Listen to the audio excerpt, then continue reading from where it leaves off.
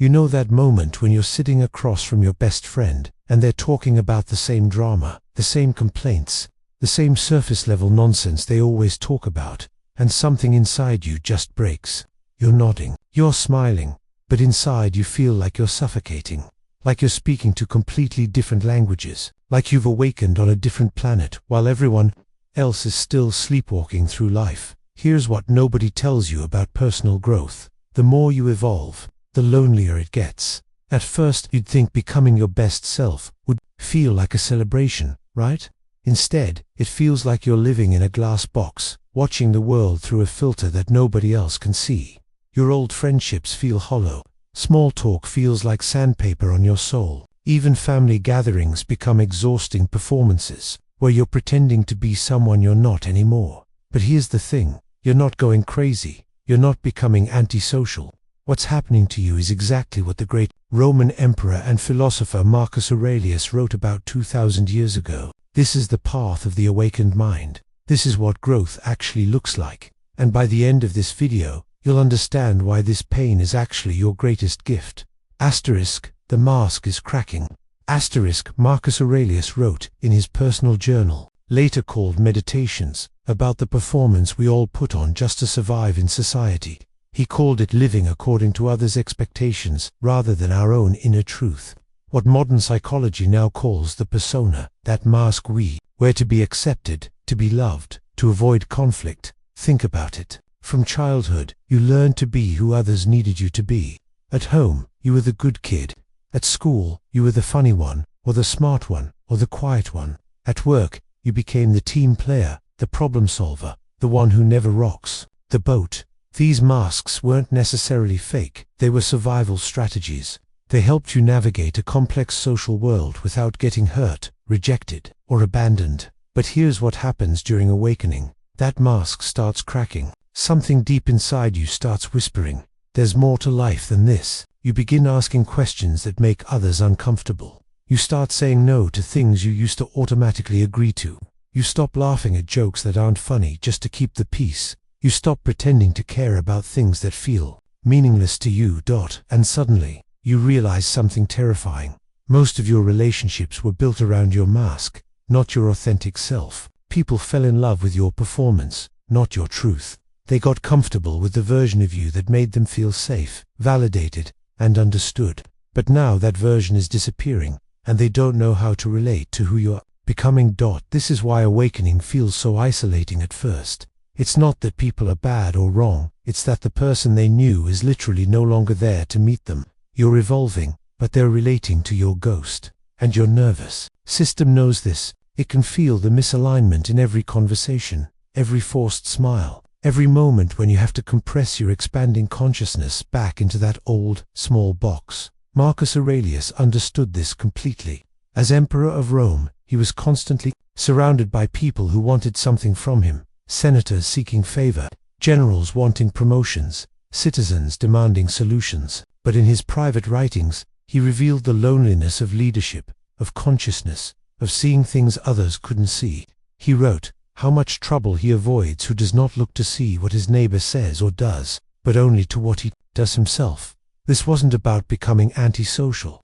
It was about recognizing that true growth requires you to stop living your life through other people's reactions. You can't awaken and stay the same person. You can't expand your consciousness and maintain the same relationships in the same way. Something has to shift. The exhaustion you feel around people isn't because you're becoming judgmental or superior. It's because your soul is screaming for authenticity while your conditioning is still trying to keep everyone else comfortable. Your inner truth is expanding while your social programming is trying to keep you small. And that tension, that constant internal war between who you're becoming and who others need you to be, that's what drains your energy. You walk into a room and your body automatically prepares to shrink, to perform, to become whatever version of yourself will cause the least friction. But your awakened consciousness rebels against this.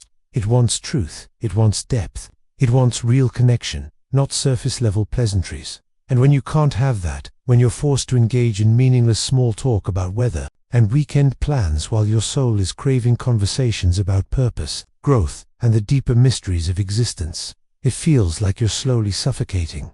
Marcus Aurelius wrote, Accept the things to which fate binds you, and love the people with whom fate associates you. But notice what he didn't say. He didn't say pretend to be someone you're not for their comfort. He didn't say sacrifice your truth for their approval. He said love them, but from your authentic self, not from your mask. This is the beginning of real freedom. When you stop needing others to understand your journey, you can finally start living it. When you stop performing for approval, you can start connecting from truth. It's terrifying at first, but it's also the most liberating thing you'll ever experience. Seeing the shadow in everyone.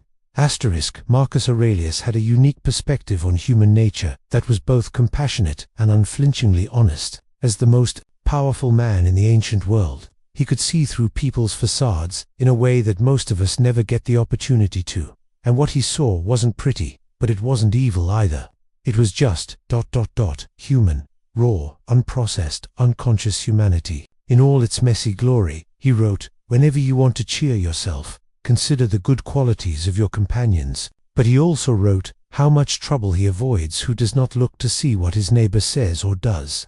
This wasn't contradiction, it was wisdom. He understood that most people operate from their unconscious patterns, their unhealed wounds, their hidden fears and desires, and when you awaken, you start seeing all of this with crystal clarity. This is what makes social interaction so exhausting for the awakened person. You're not just having a conversation about weekend plans. You're witnessing someone's entire unconscious operating system playing out in real time.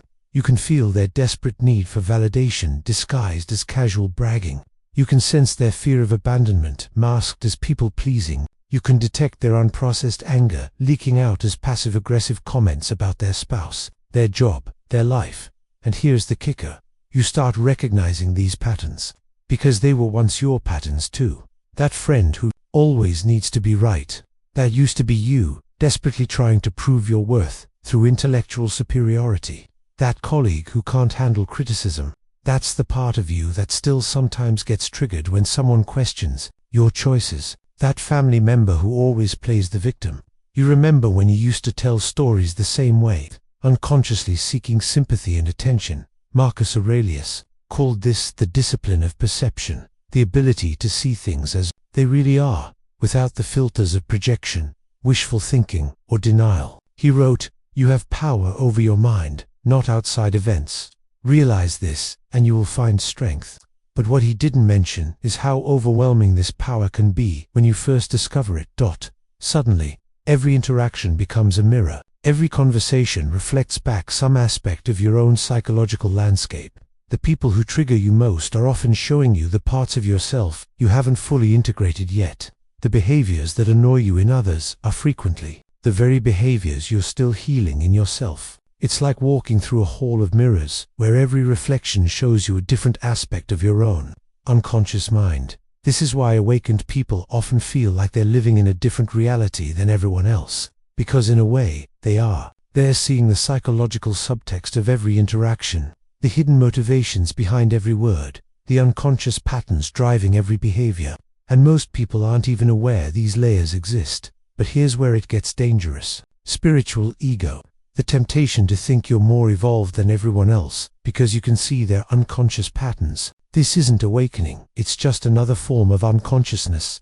Real awakening includes radical compassion for the parts of others that remind you of your own unhealed wounds. It means recognizing that everyone is doing their best with the level of consciousness they have access to right now. Marcus Aurelius understood this deeply. Despite being surrounded by senators who are obviously trying to manipulate him, generals who are clearly seeking personal glory, and citizens who only cared about what he could do for them, he wrote about them with surprising compassion. He saw their humanity beneath their masks. He recognized their fear beneath their ambition. He understood their pain beneath their pretense. This is the evolution of awakening. First, you become aware of others' unconscious patterns and feel superior. Then you realize you have the same patterns and feel humbled. Finally, you understand that consciousness is a spectrum, not a binary, and everyone is exactly where they need to be in their own journey. You stop needing others to be more conscious than they are. You stop taking their unconsciousness personally. You start relating to the part of them that's trying to grow, even if it's buried beneath layers of fear and conditioning. This shift changes everything. Instead of feeling drained by others' unconsciousness, you start feeling compassionate toward it. Instead of being triggered by their patterns, you recognize them as opportunities for your own growth. Instead of avoiding people because they're asleep, you learn to stay present with them while remaining anchored in your own truth. Asterisk, your nervous system is upgrading. Asterisk, here's what most spiritual teachers won't tell you about awakening. It's not just a mental or emotional process. Your nervous system is literally rewiring itself, and that comes with some serious side effects. Marcus Aurelius, dealing with the constant pressure of ruling an empire while maintaining his philosophical practice, understood this better than most. He wrote extensively about the physical toll of consciousness, the exhaustion that comes from staying awake in a world that prefers to sleepwalk. Think about it this way. For most of your life, your nervous system adapted to chaos. It learned to function in noisy environments, to process multiple streams of stress simultaneously, to stay alert for potential threats while appearing calm and composed. If you're naturally empathetic or highly sensitive, this was even more intense. You didn't just experience your own emotional states, you absorbed everyone else's too. Your nervous system became like a radio that could pick up every frequency in the room. Conversations, emotions, tensions, unspoken conflicts, you felt it all. And over time, you learned to manage this overwhelm by numbing out, by creating internal walls, by developing coping mechanisms that helped you survive in overstimulating environments. He became a master at functioning despite the constant background noise of other people's emotional weather systems. But awakening changes everything. Instead of numbing your sensitivity, you start embracing it. Instead of building walls, you start opening up. Instead of dulling your perception, you start seeing with greater clarity. And your nervous system, which spent years learning to cope with overwhelm through dissociation, suddenly doesn't know how to handle this new level of awareness. It's like upgrading your computer's operating system without upgrading the hardware. Your consciousness is running at a higher frequency, but your nervous system is still operating with the old programming. So every social interaction becomes an overload. Every conversation feels like sensory bombardment. Every emotional exchange leaves you feeling like you've been hit by a truck. Marcus Aurelius wrote about this phenomenon in his own way. Confine yourself to the present. He understood that the awakened mind tends to process multiple levels of reality simultaneously. The surface conversation, the emotional subtext, the energetic exchange, the psychological patterns, the spiritual implications. It's exhausting, because you're not just having a simple chat about the weather. You're witnessing the entire complexity of human consciousness playing out in real time. And here's the thing nobody tells you. You're not broken. You're not too sensitive. You're not overreacting. You're accurately sensitive. You're finally tuned into life at its fullest resolution. But your nervous system hasn't caught up with your consciousness yet. So it keeps reacting with the old fight-flight-freeze responses that used to keep you safe in chaotic environments. This is why simple conversations can feel like torture after awakening. Your expanded awareness is picking up on things that your nervous system interprets as threats, energy mismatches, emotional dishonesty, spiritual bypassing, unconscious manipulation.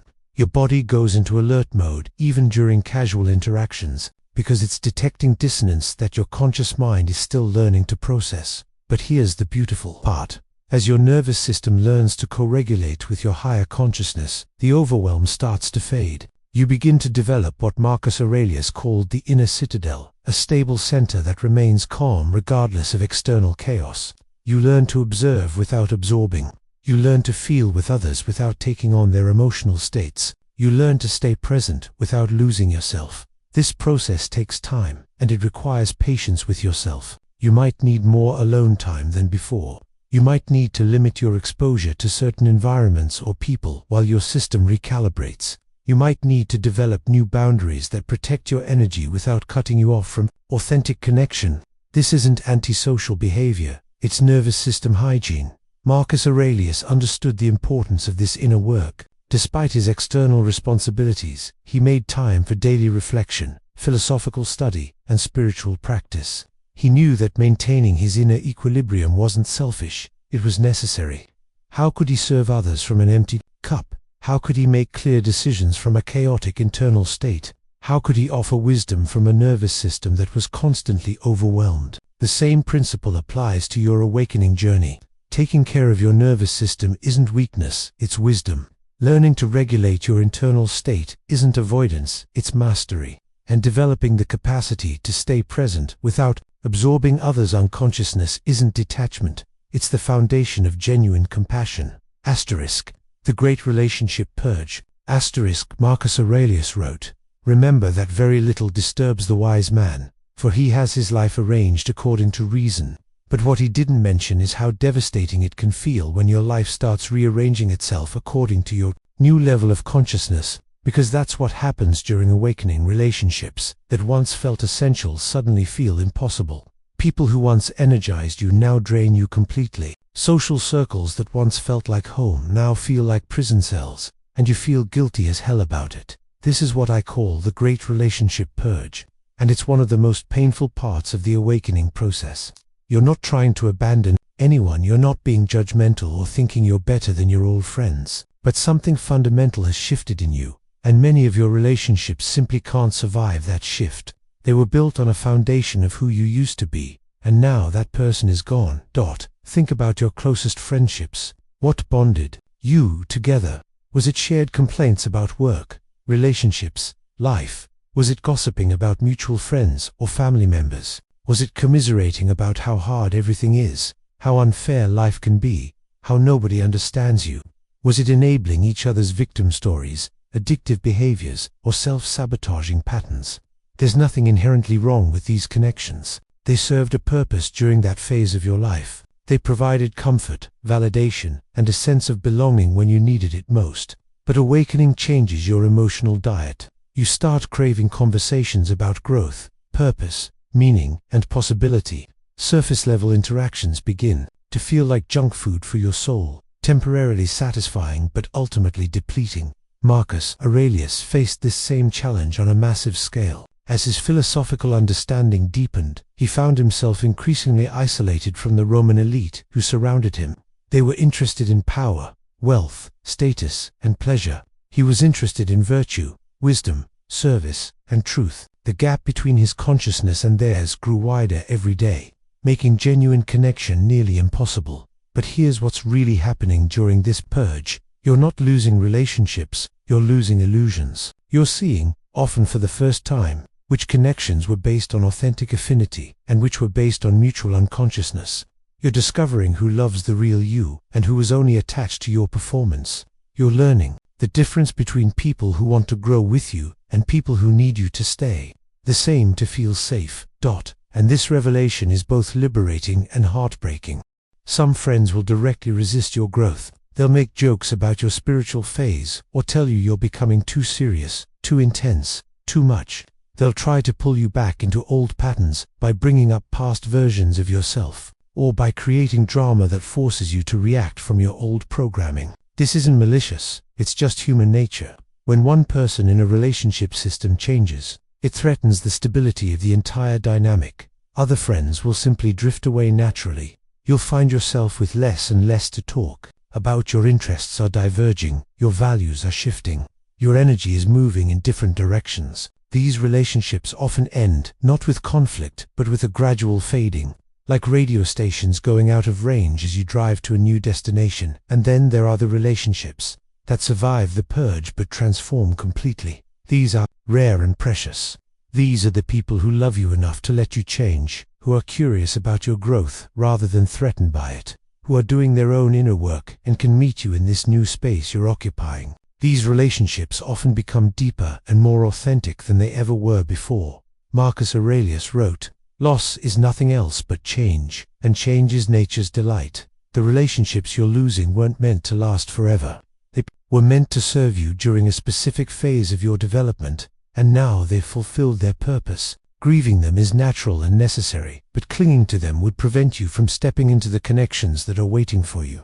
Because here's what happens after the purge. Space opens up. Your energy isn't being drained by relationships that require you to be someone you're not. You're no longer spending emotional resources on connections that can't handle your authenticity. And into that space, new relationships begin to appear. People who speak your energetic language, who celebrate your growth, who can match your depth and authenticity. This is the promise on the other side of the purge. Not fewer relationships, but better ones. Not less connection, but more genuine intimacy. Not loneliness, but true belonging.